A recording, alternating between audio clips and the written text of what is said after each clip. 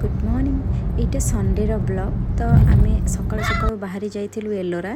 तापर एलोरा रे रास्ता रे गला बेले देखंतु एटा होची एलोरा महाराष्ट्र रे थिबा हमर औरंगाबाद, जोटा कि एबे तार ना चेंज हेकी हे जाइछि संभाजी नगर। तो सेठी ही एलोरा केव्सटा अछि।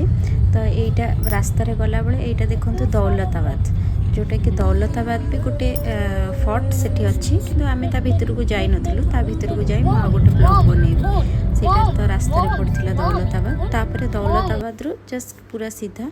तो एठी आमे टिके रेस्ट पई फोटो नबा पई रहिथिलु। तापर पुणी आम गाड़ी चलथिला।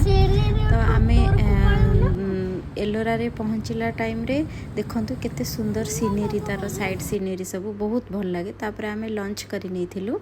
लंच करि नै टिकेट काउंटर रे टिकेट काटी तापर एटा हला एलोरा रो मेन पॉइंट। तो आमे एलोरा भितर को जाइथिलु। आ एलोरा एटा होची 5000 वर्षर पुराना केव्स। तो सेठिरे 34 टा केव अच्छी।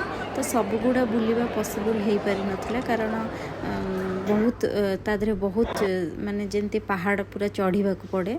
तो पॉसिबल हेई पारलानी, कारण छोट पिला भी जाइथिले हम संगे रे। तो सेति पई